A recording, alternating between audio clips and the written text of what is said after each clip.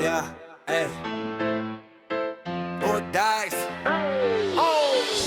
Pagkalaban si Yasuo, parang Diyos sa lane. 0-10 power spike, biglang snowball again. Win wall, lahat block. Skill ko di tumatama, isang dash, isang crit. Patay na ko agad, grabe ka na sa enemy team. Parang challenger ang galaw, pero pag nasa amin na, bakit ganun ang galaw? Bakit ganun Yasuo? Cancer ka sa LOL, pagkalaban ka malakas. Pagkakampi ay bugok, heavy din sa early game. Tapos sisi sa team, jungle cut daw lagi kahit siya ang dahilan.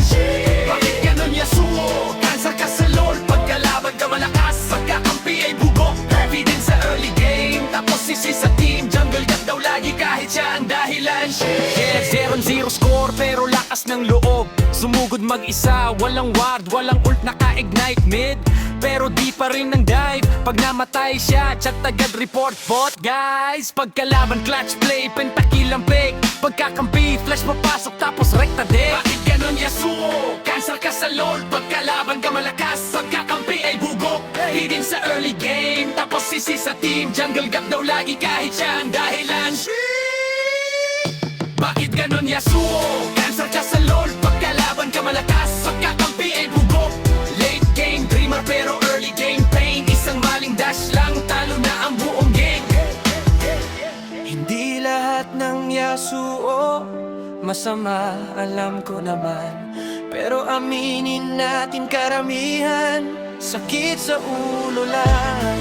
Pag nakita sa loading screen, dasal agad. Sana marunong to, Lord, wag mo kaming pabayaan.